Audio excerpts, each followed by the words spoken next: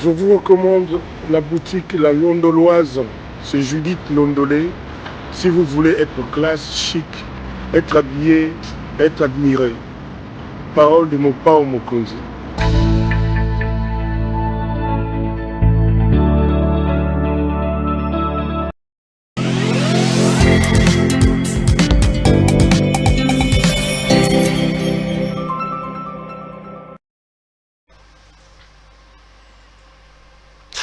Madame, Messieurs, bonsoir et bienvenue à ce nouveau numéro de l'émission Contre nous, soit dit, ce magazine d'analyse d'actualité politique, sociale, économique et même juridique qu'on a lancé ici à CPL. Des questions importantes sont mises sur la table et un invité avec moi sur le plateau pour tenter d'en parler. L'actualité dans le pays restait dominée encore ce matin par le blocage au niveau de la Commission électorale nationale indépendante. Les députés commencent à se dire qu'ils doivent prendre leurs responsabilités pour tenter de dénouer la question avec le rapport de la commission paritaire. On va en parler. Et puis l'économie du pays, est-ce que c'est désormais les booms? On dit que nous sommes désormais à 3,3 milliards de dollars des réserves d'échange. Ça signifie quoi? Quel impact pour la République démocratique du Congo? Plusieurs autres questions d'actualité de l'heure seront également mises sur la table. Un invité sur ce plateau, un habitué de nos rendez-vous, Monsieur Thierry Mosenepo. Monsieur Mosenepo, bonjour. Bonjour. Bienvenue à cette émission. Ça a toujours été un grand plaisir de vous avoir sur ce plateau. Merci. Je rappelle que vous êtes président de la Ligue des jeunes, des partis de Lambert Mende, CCU. Convention des Congolais Unis. Qu'est-ce que le parti devient? On a l'impression que c'est un peu la léthargie dans tous les états-majors généraux des partis politiques. Chez vous, qu'est-ce qui se passe à ce moment? Pour l'instant, nous sommes encore en train de travailler sur les restructurations au niveau des provinces et de nos structures de base, parce qu'il ne faut pas oublier que nous sommes ensemble avec plusieurs autres partis au sein du regroupement Alliance CCU et Alliés qui compte 9 partis politiques. Donc nous travaillons avec les amis pour que nous essayions de voir comment est-ce qu'en 2023, nous allons converger nos forces pour aller de nouveau ensemble. Donc c'est un travail qui se fait en interne, ce qui n'est pas du tout observable par le public, mais très bientôt, je crois que les installations que nous faisions et les autres activités vont reprendre, mais les adhésions continuent.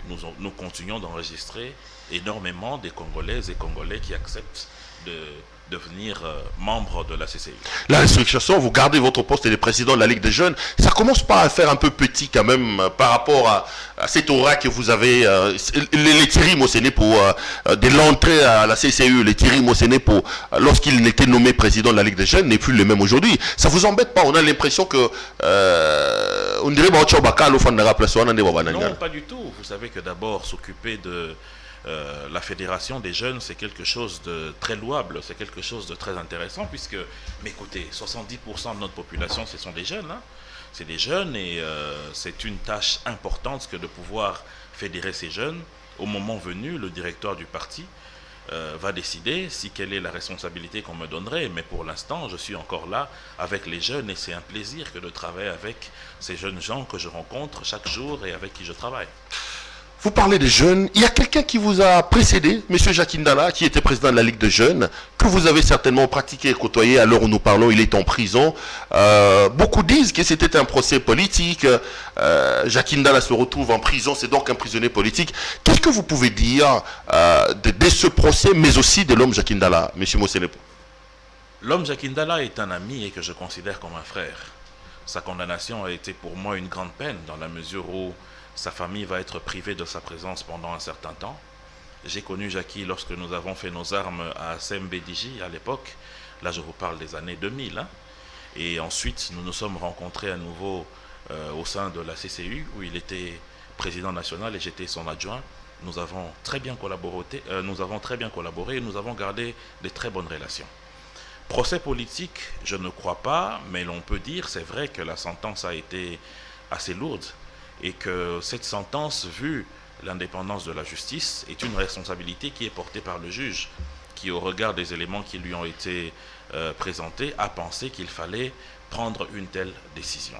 Donc, je ne peux pas commenter sur cette décision d'un juge, mais je peux vous dire qu'à mon humble avis, je trouve que la condamnation était quand même lourde. Non, mais c'est commenter ou pas, mais politique, non, pour la simple raison qu'il a eu les moyens de défense qu'il fallait, il a eu la possibilité de pouvoir apporter ses moyens par ses avocats, mais le juge a décidé qu'il en soit ainsi, que ce soit au premier ou au second degré, donc je ne peux pas commenter là-dessus. Non, pas des procès politiques, vous refusez tout commentaire. Entre-temps, à l'extérieur, Augustin Kabouya, lui, peut dire qu'il va distribuer les armes, il n'est pas inquiété. Fils Moukoko peut même dire qu'il va exterminer une certaine race avec les armes, il n'est pas inquiété. Est-ce que ce n'est pas la justice à double vitesse à laquelle on assiste aujourd'hui, M. Moseleb? Je ne pense pas, pour la simple raison que lorsque l'on doit observer la justice par rapport à ce qu'elle doit distribuer, il faut se dire une chose.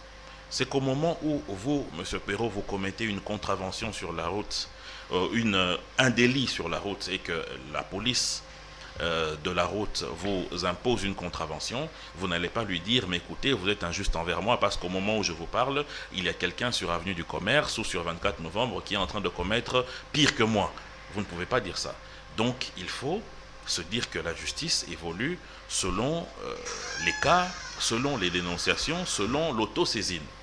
En ce qui concerne les questions des personnes que vous avez citées ici, je ne peux pas commenter là-dessus parce que, personnellement, je n'ai pas suivi ce genre de propos. Et deuxièmement, la justice est en train de faire son travail, c'est à elle de juger. Et comment vous jugez alors, là, restons dans la justice, la sortie d'Eteni Longondo, lui qui a été cité de manière assez accablante par l'IGF. On parle d'une somme de 6 millions de dollars à peu près de la part de M. Jules Alinghetti. Il a été arrêté, les gens ont applaudi, on s'est dit finalement ça crédibilise un peu le travail de M. Jules Alinghetti. Une semaine après, aujourd'hui où nous parlons, M. Longondo est dehors, il a même fait un signe de vœux pour dire que voilà, UDPS viva. Là aussi, ça ne vous gêne pas, ça ne vous embarrasse pas? Laissez-moi vous dire que le travail qu'abat M. Jules Alinghetti et son équipe est un travail exceptionnel. Dans ce pays, on n'a jamais enregistré un tel travail produit par l'Inspection générale des finances. Ce travail est anobli par ce qui est réalisé et non par ce que la justice fait, parce qu'il faut bien faire le distinguo. L'Inspectorat général des finances s'occupe de ce qui est fait avec l'argent du contribuable congolais lorsque c'est remis à ses mandataires. Et ces mandataires ont un devoir de rendre compte par rapport à ce qui est affecté en suivant les procédures qui sont émises pour décaisser de l'argent ou des affectations d'argent. Lorsqu'il y a des égarements sur cette question, l'Inspectorat général de finances transmet ces dénonciations auprès des cours et tribunaux. C'est à la justice maintenant de pouvoir prendre le relais. Donc, le travail de l'IGF n'est pas allié avec ce que fait la justice. Le travail de la justice reste le travail de la justice. Donc, il faut bien faire le distinguo.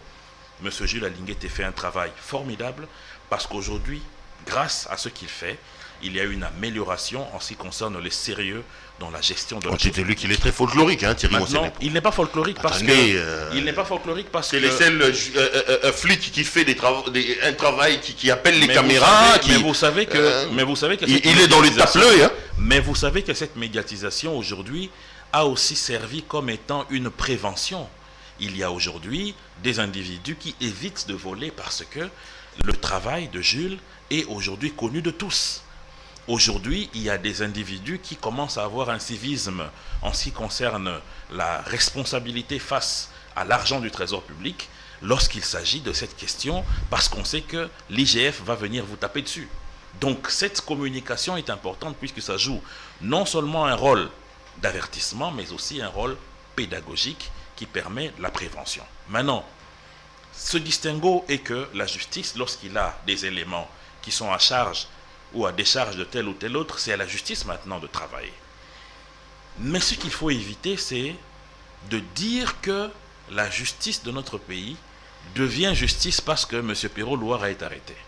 Ou parce que M. un tel autre est mis aux arrêts. Non, la justice n'est pas bonne parce qu'on a arrêté une telle personne et mauvaise parce qu'on a arrêté une telle autre. Pourquoi je le dis? Pour la simple raison que chaque dossier comporte des éléments qui sont propres à ce dossier. Permettez-moi ce pléonasme. C'est-à-dire que le dossier de M. Eteni Longondo est différent du dossier du ministre Bakonga, est différent du dossier de M. Matata Pogno et ainsi de suite. Ce qui fait que le magistrat instructeur du dossier a la latitude de dire que ce monsieur, je vais le transférer devant le juge et il viendra comparaître en étant sous mandat d'arrêt provisoire.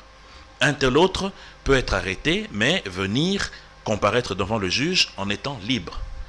C'est ce qu'on a constaté. On a vu M. Matata Ponyo être déféré devant le juge, mais il viendra en homme libre. M. Eteni Longondo, peut-être que c'est ça aussi l'approche que le magistrat a eu à choisir, qu'il viendra se présenter devant le juge, ainsi de suite. Mais il ne faut pas oublier aussi que ce n'est pas puisqu'une opinion dit que vous êtes coupable que vous l'êtes forcément.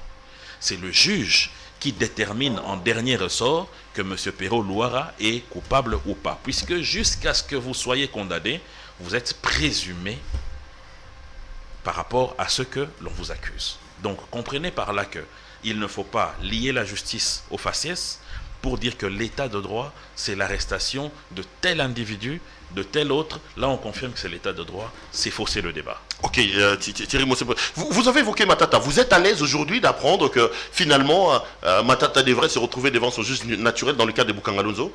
C'est un dossier, vous, qui vous embêtez un peu Non, mais écoutez, ça doit m'embêter en tant que Congolais, dans la mesure où je sais que le trésor public de la République, si nous devons lire le rapport que l'IGF a pondu, nous nous rendons compte qu'il y a eu détournement des fonds qui ont été alloués à ce projet de Boukangalonzo. Maintenant, il faut le prouver.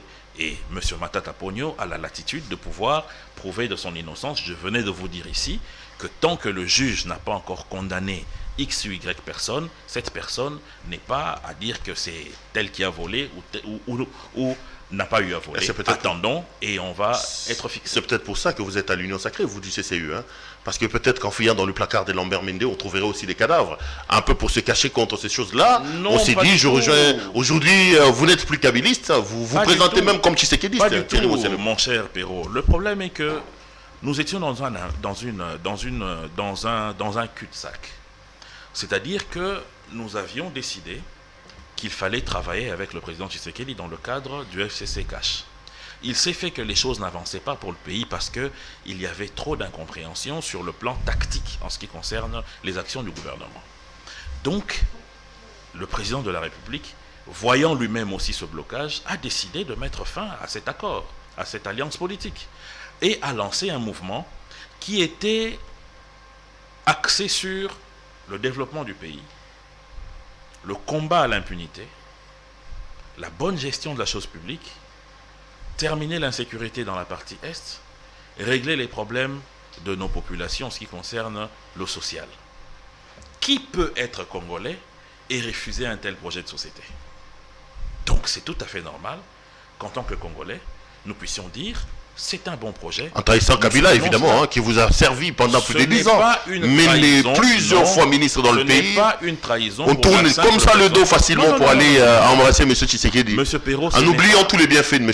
Kabila. Ce n'est pas une trahison dans la mesure où M. Joseph Kabila n'est plus président de la République.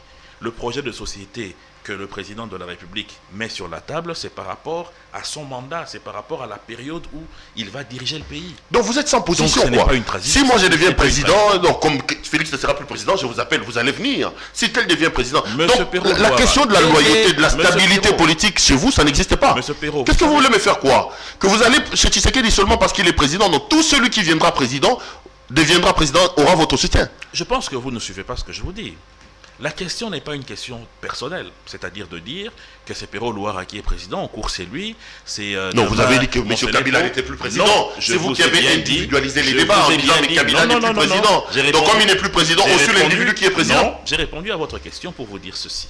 Que la question, c'est une question... C'est lié au projet de société. C'est-à-dire qu'il y a des projets de société qui ne nous plaisent pas du tout. Il y a des projets de société qui ne nous plaisent pas et qu'on ne suit pas. Il y a des projets de société qui plaisent. La CCU n'a pas travaillé avec Mouzé, mais la CCU a travaillé avec Joseph Kabila. La CCU n'a pas travaillé avec Mobutu durant les 32 ans, mais elle a travaillé avec Mobutu les 7 derniers mois lorsqu'il y a eu ouverture démocratique. Donc c'est pour vous dire que la question est liée au projet de société. Lorsqu'il s'agit d'un projet qui touche le Congo et qui a son bénéfice, pourquoi ne pas le soutenir ? Et si ce projet est porté par Félix Tshisekedi, l'actuel chef de l'État, pourquoi ne pas le soutenir?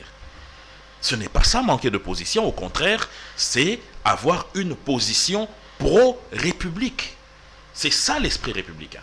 Et vous n'allez pas dire Vous n'allez pas dire que M. Édouard Philippe, qui a été Premier ministre de M. Macron, mais qui était de la droite, un pur jus de Nicolas Sarkozy, dire qu'il est traître parce qu'il a quitté la droite des Républicains pour travailler avec M. Macron. Non, il a suivi un projet de société qui était bon pour la France. Et il vient de confirmer encore que pour le prochain quinquennat, il soutiendrait M. Macron. Comme nous, CCU, nous disons que pour le prochain quinquennat, nous soutiendrons Félix Tshisekedi par rapport à cette vision. Ah, vous avez déjà levé l'option, hein?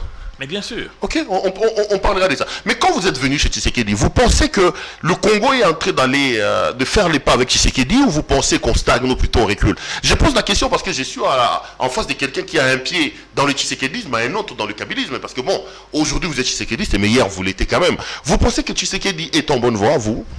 Oui, je le pense pour la simple raison que le pays, c'est comme des courses de relais. C'est-à-dire qu'il y a une personne qui prend le relais ici pour s'arrêter et donner à l'autre. Il s'est donc agi ainsi en ce qui concerne Kasavubu, Mobutu, Mouzé, Joseph Kabila. Donc vous ne dites pas que Kabila était un mauvais président, c'est ce que vous voulez dire? Non, non, c'est-à-dire vous ne cracherez jamais sur Kabila. Pour vous, nous autres qui voyons en Kabila un homme qui a détruit les pays, qui a saucissonné la Gécamine, qui a pillé la République, vous dites que Kabila, c'est pas ça? Mon cher frère, vous devez savoir que le mandat est exactement comme la vie d'un individu. C'est-à-dire que vous avez eu à poser des actes positifs, mais vous en avez aussi posé négatifs. Non, mais on peut mettre sur la balance. C'est ça la vie. Vous n'allez pas saluer Hitler aujourd'hui. Vous n'allez pas dire. C'est vrai qu'il avait des bons, mais lorsqu'on évoque Hitler, tout le monde sait que c'est l'épuration des Juifs, tout ça. Il faut comprendre que le bilan de M. Joseph Kabila a comporté des points positifs. Ça a aussi comporté des points négatifs comme toute œuvre humaine. Le point négatif de Kabila, c'était quoi? Je reviens, on a les temps. Le point négatif de Kabila, vous qui l'avez côtoyé, qui l'avez fréquenté, qui avez travaillé avec lui, vous les réprimandez en quoi? Je pense qu'avec la vision qui était la sienne, si le président Kabila avait lié son souci de développement du pays à ce combat contre l'impunité, en combattant réellement la corruption et en ayant la possibilité d'avoir une coercition beaucoup plus forte en ce qui concerne la gestion de la chose publique, les choses allaient être mieux. Ça, je peux vous le dire. Ça, je peux vous le dire. Et aujourd'hui, c'est des points en plus pour l'actuel chef de l'État qui, je pense, a étudié les failles qu'il y a eu durant le règne de son prédécesseur pour comprendre que la question qui était soulevée par M. Luzo Lobambi en ce qui concerne le coulage des recettes publiques, qui était estimé à peu près 20 milliards de dollars, était une question réelle. Parce qu'aujourd'hui, comment vous expliquer que en quelques temps seulement, la même DGI, avec le même nombre d'entreprises, en plus dans des conditions de Covid, atteint en un seul mois des recettes de 449 millions de dollars pour le mois d'août seulement. On parlera de ça. On parlera de ça. Donc vous allez comprendre. Ça devient l'argument de Tshisekedi que vous êtes. Non, c'est pas une question d'argument de Tshisekedi. Il s'agit. Vous l'êtes aussi un Tshisekedi, hein? Vous êtes un Tshisekedi, mais pourquoi pas? C'est une vision. Okay. Il s'agit du pays, mon cher frère. Nous ne sommes pas là en train d'épiloguer sur qui va. Parce qu'aujourd'hui, Joseph Kabila était président, il est parti. Mobutu était président, il est parti. Tous sont partis. Mais nous restons ici dans le pays. Nous vivons du jour le jour à côté de nos populations. Donc il faut que finalement nous quittions cet état où nous sommes en train de suivre les hommes, mais plutôt des idées. Et nous, CCU, nous sommes convaincus que les idées, c'est ça qui fait la force. Donc, pour conclure, M. Perrault, je vous dirais que aujourd'hui, le point positif du président de la République, c'est sur ces questions-là. Et le point le plus important, qui, à mes yeux, représente même le sommet de ce qu'il peut présenter comme bilan en 2023, c'est la gratuité de l'enseignement. C'est vrai que ça peut porter des failles, toute œuvre est perfectible. Vous avez mis le point sur la quantité et pas sur la qualité. Il faut savoir que la gratuité de l'enseignement a sensiblement baissé la qualité de notre enseignement. Mon cher frère, ils vont étudier gratuitement, mais pour quel résultat? C'est la question qu'il faut se poser. Je vais d'abord vous dire que la qualité de notre enseignement a baissé de manière terrible depuis les premières années où on a connu l'année blanche. Je ne sais pas si vous étiez ici à Kinshasa, mais moi j'étais là où pendant une année, nous n'avions pas étudié parce que l'État était en cessation de paiement en ce qui concerne les écoles, et c'est là que l'Église catholique a pris le relais avec les écoles conventionnées. C'est à ce moment-là que notre enseignement a eu à baisser. Et depuis, nous ne faisons que des efforts pour le remonter. Mais aujourd'hui, avec cette gratuité, mon cher frère, le développement va atteindre partout. Pourquoi je le dis? Nous avons une population avec une pyramide qui est convenablement bien installée, c'est-à-dire avec une majorité de population jeune. Comment vous allez développer un tel pays lorsque déjà cette jeunesse qui est un élément important pour le développement ne sait ni lire ni écrire? Ce taux d'analphabétisation-là était en train de nous gangréner le développement. Mais aujourd'hui, je peux avoir des contacts avec X ou Y sociétés à l'étranger, venir les installer dans mon Maïndombe natal et trouver des jeunes qui, dans 6 ans, auront la possibilité ne fût-ce que de lire et d'écrire. Et si on ajoute à cela une bonne formation professionnelle, mais c'est comme ça que le pays se développe. Selon vous, pourquoi aujourd'hui la Chine est devenue la plus grande manufacture du monde? Parce qu'ils ont su donner cette éducation de base à leur population. La démographie est une chance lorsque on a une éducation de base qui est insufflée dans la population. Et aujourd'hui, cette gratuité permet cela. Donc, à mon humble avis, c'est parmi les éléments les plus importants. Et le deuxième élément, M. Louara, c'est ce combat contre la corruption. Vous, ici, je vous ai connu à Digital. Vous vous êtes battu pour monter votre entreprise qui s'appelle TV. Aujourd'hui, vous embauchez plus de 10 personnes. Vous payez les impôts. Imaginez que ces impôts sont détournés parce qu'un individu a besoin de s'acheter une Jeep ou de s'acheter un appartement en Europe. Ça fait mal au cœur. Mais aujourd'hui, cette gangrène est en train d'être combattue, non seulement par le travail qui est fait par l'inspection générale des finances, mais aussi par notre justice. Et là, je peux vous dire que si on ne peut compter que sur ces deux éléments, le pays peut changer. Mouzé Laurent Désiré Kabila que nous pleurons tous ici, c'est basé sur quoi?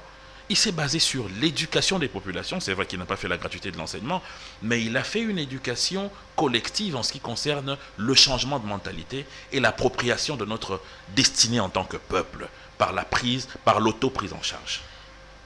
Et puis il s'est basé sur la lutte contre la corruption parce qu'il y a eu même ses propres ministres qui ont fait la prison. Vous comprendrez par rapport à ça que ces deux axes, si c'est vraiment reposé, ce pays a énormément d'argent. Il y a énormément de recettes. Nous pouvons y arriver. Et le challenge du chef de l'État, rappelez-vous de la réunion du 14 juillet sur la conjoncture économique, où il a été décidé qu'il fallait qu'on atteigne en décembre les réserves de 3 milliards. Cela ne se concentre que sur les ressources propres. On va parler de ça quand on abordera l'économie. Mais Thierry Mosené, pour l'actualité, la polémique, c'est quand même aussi ces affaires qui entourent la première institution de la République. Hein. Je vous vois aussi sur les réseaux sociaux, vous avez vu ces images que beaucoup de Congolais regrettent, d'une dame cri-cri, Mimi Pella. J'espérais que vous ne me poseriez pas cette question, mais je n'y échappe pas. Est-ce que ça vous scandalise quand même que ces genres de questions assez... je veux dire sensible, mais pas bon pour la République, soit mis sur la place publique, surtout quand on parle de la première institution du pays?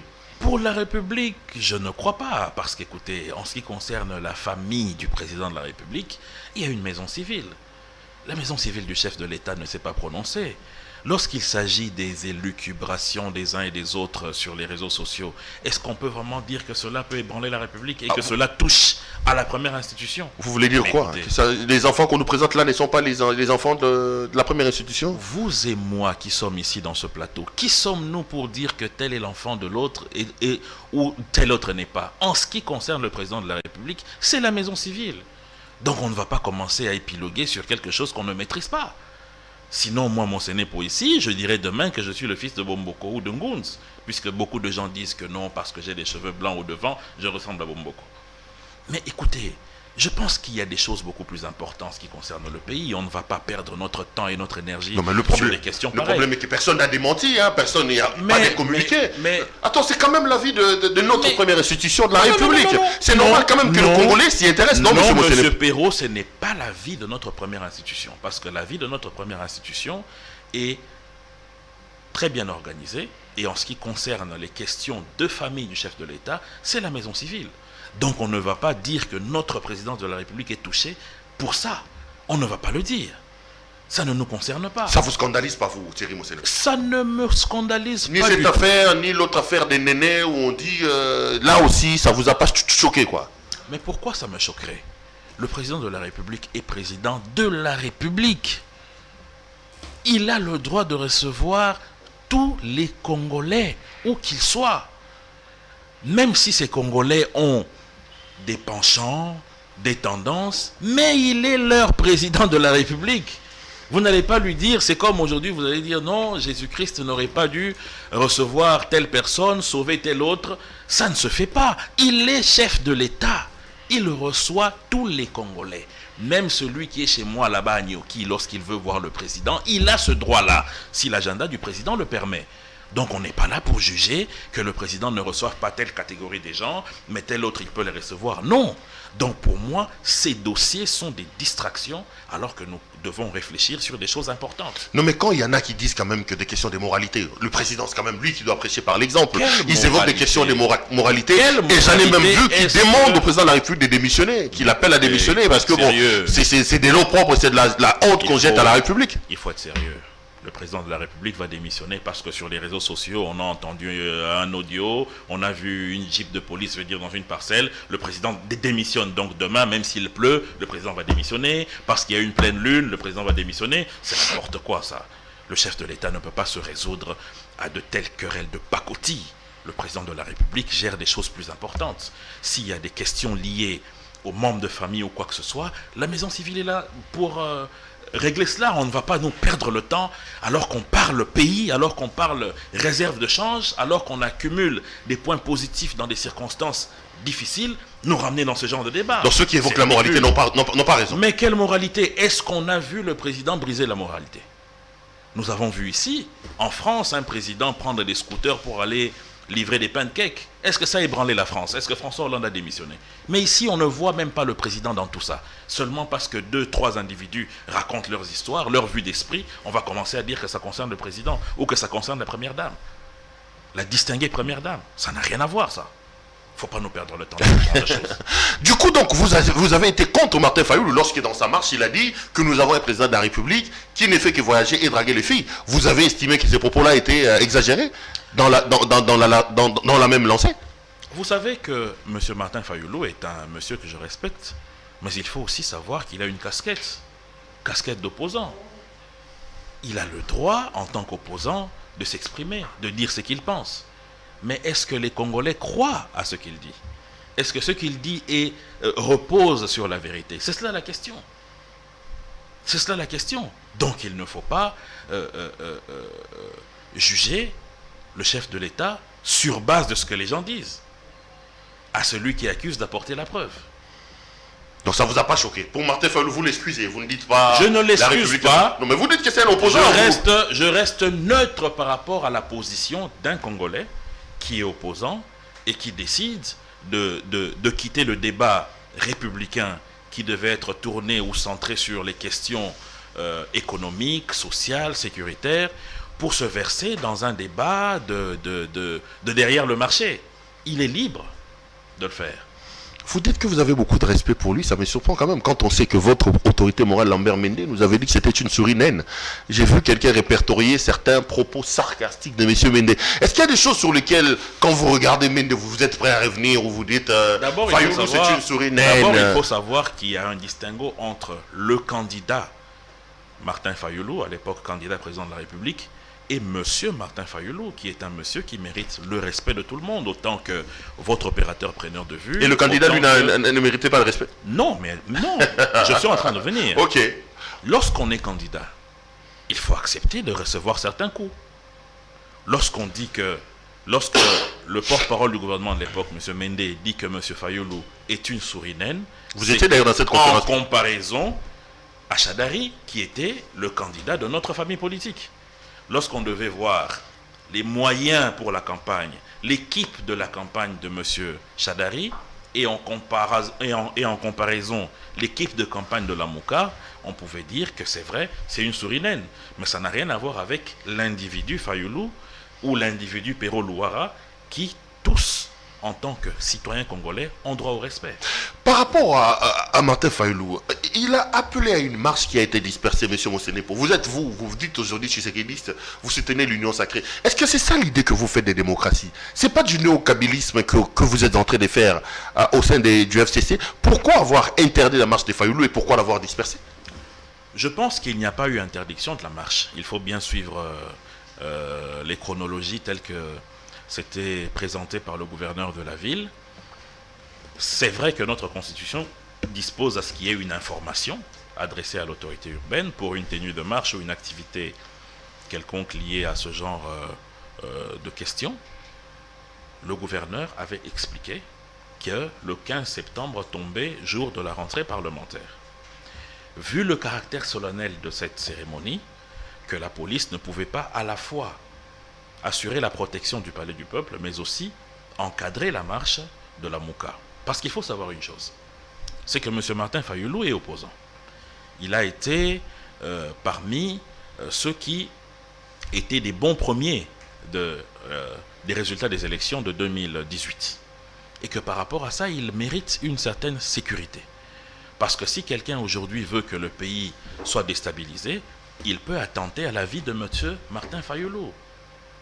Alors pour éviter tout ça, la police a le devoir de protéger aussi M. Martin Fayulu. C'est comme ça que le gouverneur a proposé à ce que la marche soit reportée pour le 17, soit 2 jours après. C'est dans cette optique-là que la police, dès qu'elle a vu M. Fayulu sur le terrain, a choisi de le protéger et de l'escorter jusque chez lui à la maison. Oh là là. Mais je vais faire une incision dans cette question. Je sens le mendisme en vous là. Pas du tout. Ça c'est du lamer mendisme. Quelle dérision, quelle dérision. Faire une incision. C'était pas, on l'avait pas dispersé, on l'avait protégé. Mais bien sûr. Parce qu'un individu qui pourrait se faire passer pour un journaliste pouvait venir intenter à la vie de M. Fayulu.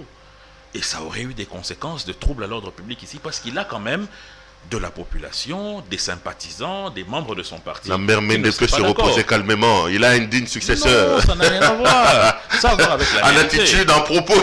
Ça a à voir avec la réalité. Mais, permettez-moi, Perrault, de condamner avec la plus grande énergie la violence qui a été faite sur les Congolaises et les Congolais qui étaient sur place. Surtout en l'endroit de mon ami Patient Ligodi, journaliste, qui a été molesté.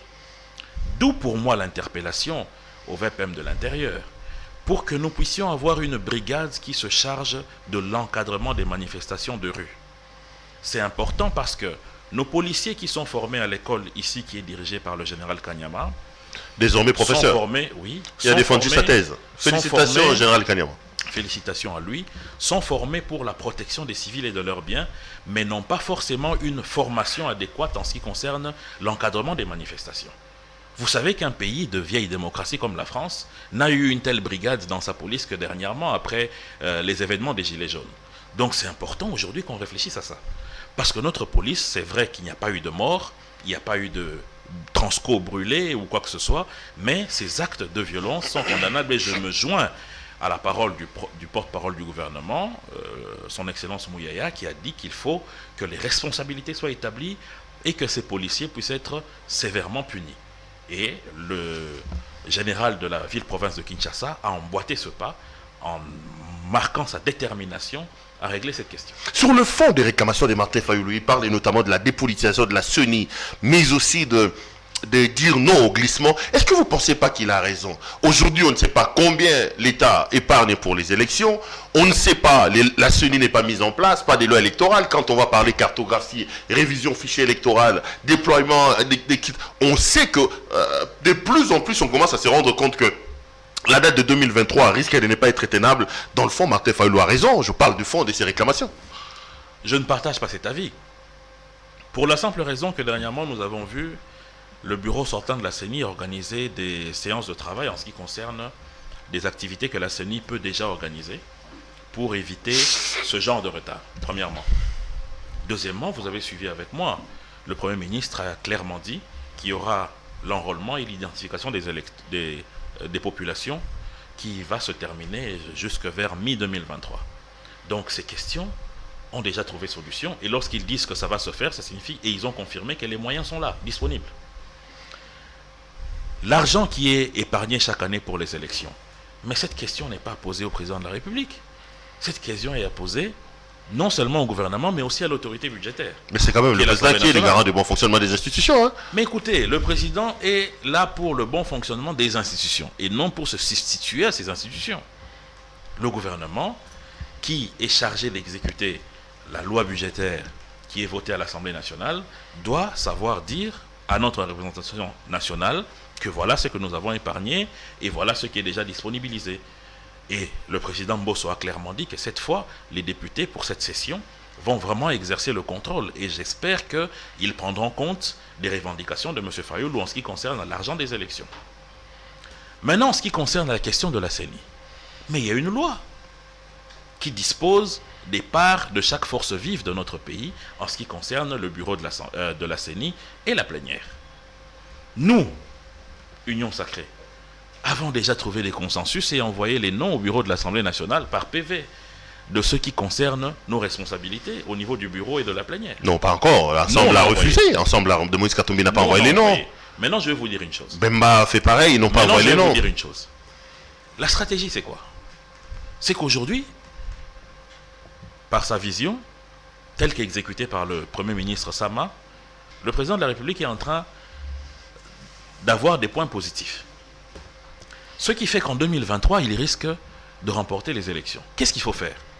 Notre classe politique, comme celle de 1960, réfléchit à un plan de sabotage. Le plan de sabotage, c'est quoi? C'est de refuser d'envoyer des noms à la CENI. Comment vous pouvez comprendre que la loi dispose que des postes soient donnés au prorata des forces vives, c'est-à-dire la présidence de la CENI à la société civile sous composante confession religieuse, mais nous, Union Sacrée, nous allons dire, nous n'allons pas envoyer de nom tant que confession religieuse n'a pas trouvé. Est-ce que ça a un sens? C'est ce que les autres font, que ce soit nos anciens amis du FCC et les autres. Comment est-ce que vous, on vous dit, donnez le poste de rapporteur, mais vous dites non, non, non, non, je ne vais pas envoyer de rapporteur parce que là-bas, les confessions religieuses n'ont pas encore trouvé. En quoi ça vous regarde? Les problèmes qu'il y a dans les confessions religieuses, en quoi ça vous regarde? Donc l'idée sous-jacente, c'est de paralyser la machine. Pour quel but? Pour qu'on aille dans un dialogue. Et le dialogue servira à quoi? À partager le pouvoir, sport préféré des politiciens de la RDC, en vue de s'aborder les efforts qui sont aujourd'hui engrangés par le chef de l'État et son gouvernement. Voilà, c'est exactement ça le tableau, il ne faut pas chercher loin. C'est de la mauvaise foi, c'est une perception négative en ce qui concerne l'avenir du pays. Ce n'est que ça. Donc vous pensez que Katumbi c'est un mauvais allié alors? Mon cher vous ne les citez pas, mais on sent que mon cher ami, désormais c'est des jetés, moi non plus, entre ensemble et vous. Mon cher ami, moi je vous donne des principes. Le principe, c'est que la loi dispose, en ce qui concerne les membres du bureau et de la plénière, voilà ce qui est reparti. Vous, Union Sacrée, vous avez tel poste et tel autre. Envoyez des noms sur base de tels critères. Vous, confession religieuse, voilà vos responsabilités. Bon, quand quelqu'un dit si Perrault n'envoie pas, moi j'envoie pas. Quelle est l'idée derrière? Qu'on aime trop les confessions religieuses. L'idée derrière, c'est que réellement on veut bloquer la machine. Alors à vous, observateurs patentés, observateurs éclairés, de dire sur base de ces principes qui a tort ou qui a raison, qui est dans le faux et qui n'est pas dans le faux. C'est cela la réalité. Thierry Monsenepo, quand Katumbi dit que dans l'Union Sacrée, il n'y a pas de cadre de concertation, quand Katumbi vous pose un certain nombre de lignes rouges à ne pas franchir, au risque de les voir partir, vous dites quoi? Monsieur Katumbi, prenez vos clics et vos claques, quittez-nous. Je ne sais pas. Je ne suis pas autorisé à parler au nom de l'Union Sacrée. Je suis CCU. En ce qui nous concerne, nous pensons que chaque regroupement, chaque parti politique a le droit d'avoir ses prétentions.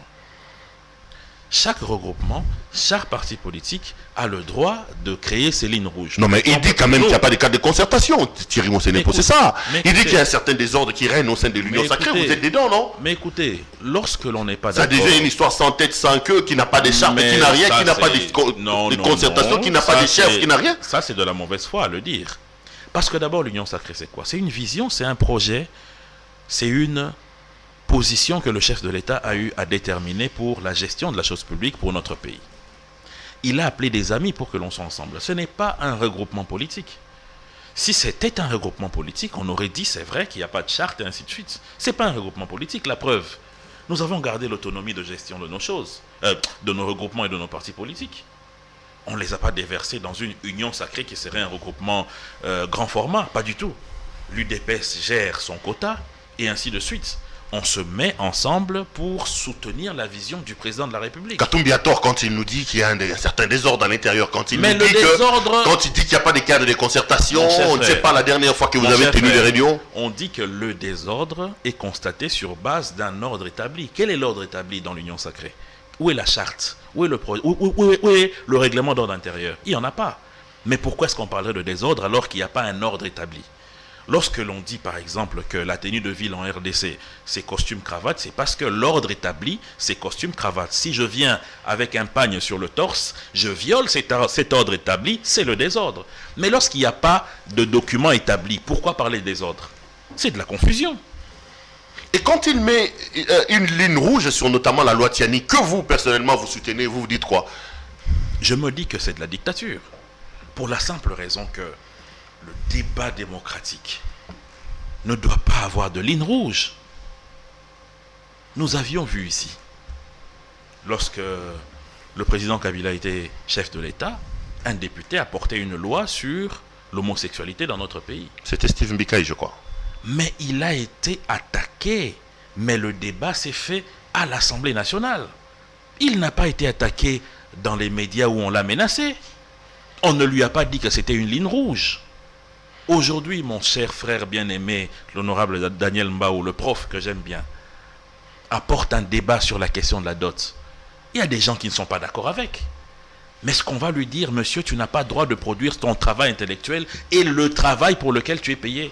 Simplement parce que moi, je n'ai pas envie que je puisse marier mes filles à moins de 2000 ou 3000 dollars.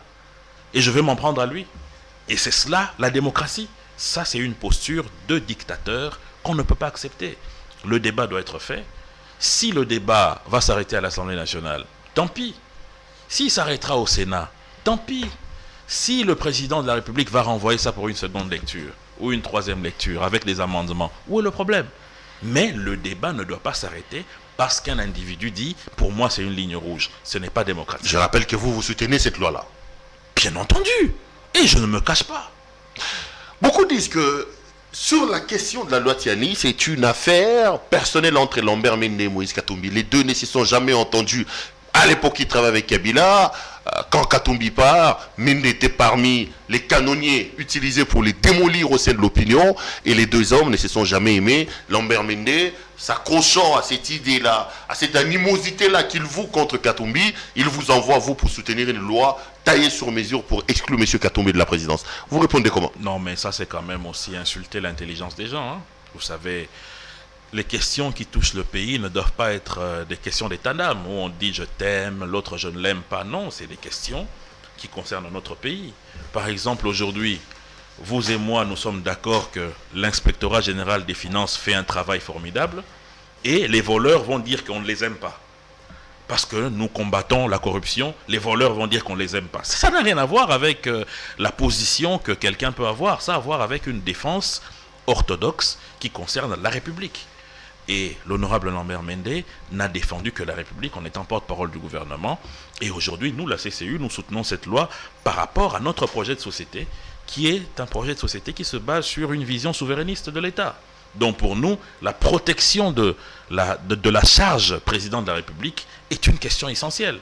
Ça n'a rien à voir avec un individu, absolument rien à voir. Je me verrai avec M. Katumbi, je le saluerai en tant que Congolais. Ça n'a rien à voir.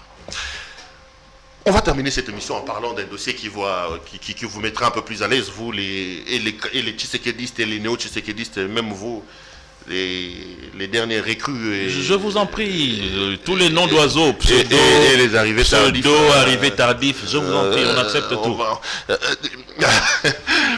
C'est la question des mobilisations des recettes. Et cette affaire de réserve d'échange qui est aujourd'hui à 3,3 milliards de dollars américains, vous dites quoi? Bravo, M. Tshisekedi. Ah oui, bravo des deux mains. Bravo des deux mains à M. Tshisekedi. Bravo à l'inspecteur général des Finances. Bravo au Premier ministre, bravo au ministre des Finances et au ministre du Budget. Parce que, d'abord, il faut savoir une chose. C'est que l'orthodoxie imposée à notre système de gestion a porté ses fruits.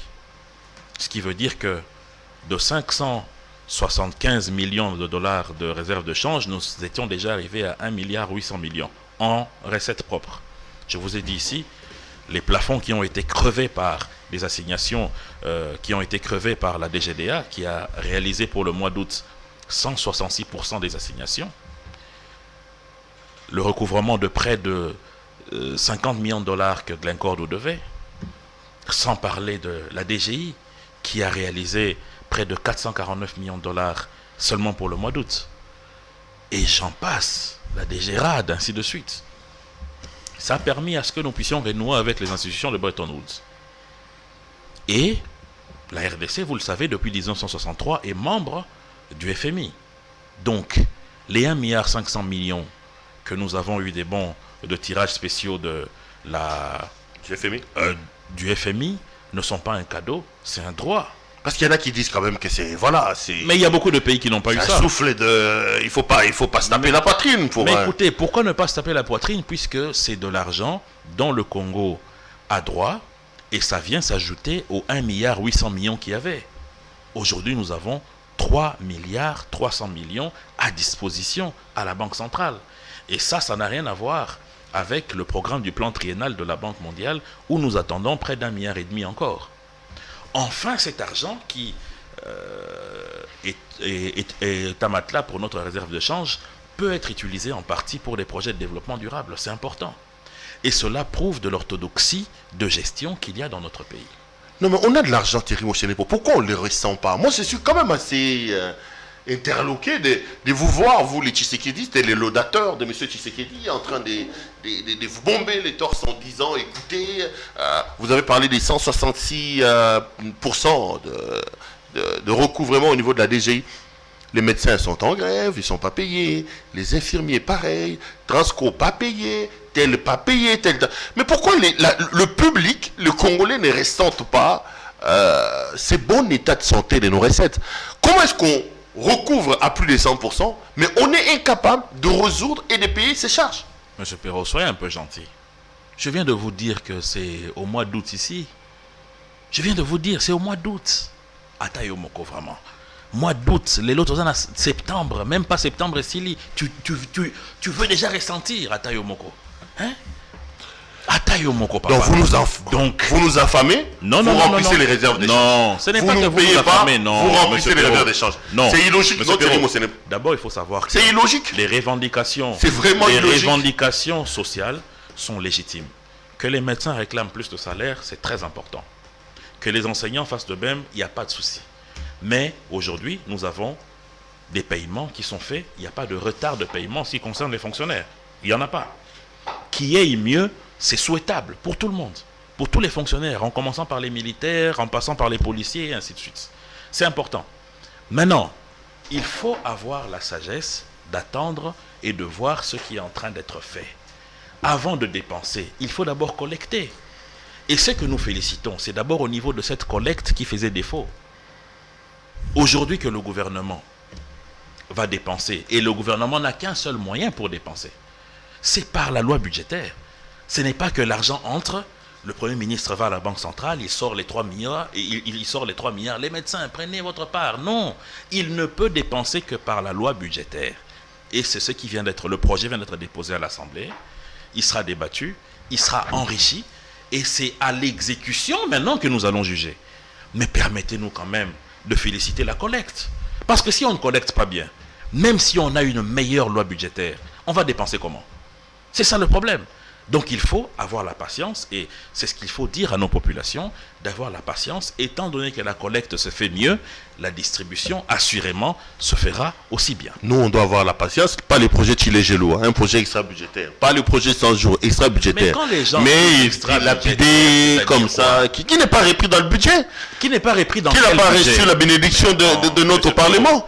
J'ai toujours dit aux gens, vous n'allez pas aller dans la loi budgétaire, voir où on a écrit achat des lampadaires pour la nationale numéro 1. Il y a des rubriques qui sont globalisantes. On parle d'infrastructure, on parle d'investissement, on parle d'ainsi de suite. C'est dans ces rubriques-là que le gouvernement pioche. Maintenant, si vous pensez que les frais alloués à Tilé-Gelou ou au projet 100 jours ont été mal faits, mais vous avez une Assemblée nationale. où on a des représentants là-bas, des gens que nous avons élus. C'est à eux de pouvoir vérifier. Nous avons une Cour de compte. Nous avons aujourd'hui, enfin, l'IGF. Donc ne craignez plus. L'émission est terminée, monsieur Mossédé. Merci beaucoup, M. Béraud. Ça a été un grand plaisir de vous avoir sur ce plateau. Merci à vous. Madame, messieurs, merci à vous également de nous avoir suivis dans le cadre de cette émission. Merci à l'équipe technique qui a fait un travail remarquable pour me permettre d'entrer en contact avec vous. Merci à nos partenaires privilégiés, la boutique La Londoloise, qui nous habille encore ce matin. Cette chemise, vous voulez la voir, appelez donc au numéro que vous voyez dans votre spot publicitaire. Pourquoi vous me regardez comme ça? Non, elle est belle. Hein, vous voulez voir que je fasse la publicité de non, mon non, partenaire? elle est belle, elle est sur mesure. Ça signifie que le pays marche bien. Ah non, arrêtez ça, arrêtez ça. Mais sinon, ces pelles n'existeraient pas. C'est pas le pays qui m'a acheté ça. Mais le pays ne va pas vous acheter parce que vous êtes dans un secteur privé. Que le pays arrange si d'abord vous étiez le courant. fonctionnaire. Que le pays arrange d'abord le courant. Parce que là, on est en train de travailler sous groupe. On est en train de travailler sous générateur. Justement, il faut nécessairement... Voilà là où le pays peut m'aider. Il faut nécessairement que le pays arrange ça. Messieurs les néo-tshisekidistes. Je vous ai dit, tous les noms d'oiseaux nous acceptons. Néo, nouveau, ancien. Monsieur le nouveau Tshisekedi, un nouvel arrivé au sein du tshisekedisme. Il n'y a pas de problème d'être un ouvrier de la 11e heure, comme disait un ami à moi et frère. Allez, l'émission est terminée. Merci à vous de nous avoir suivis. Retrouvons-nous pour un autre numéro. Bonsoir chez vous.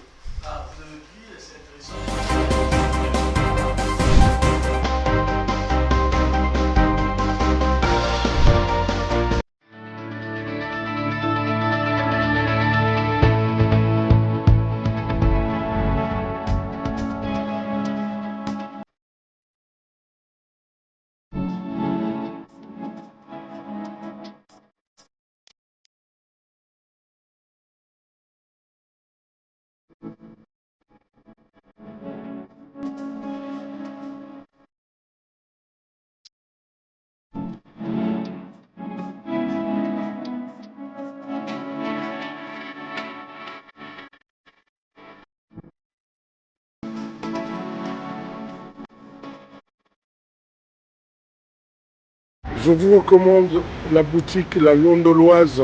C'est Judith Londolé. Si vous voulez être classe, chic, être habillé, être admiré. Parole de Mopao Mokonzi.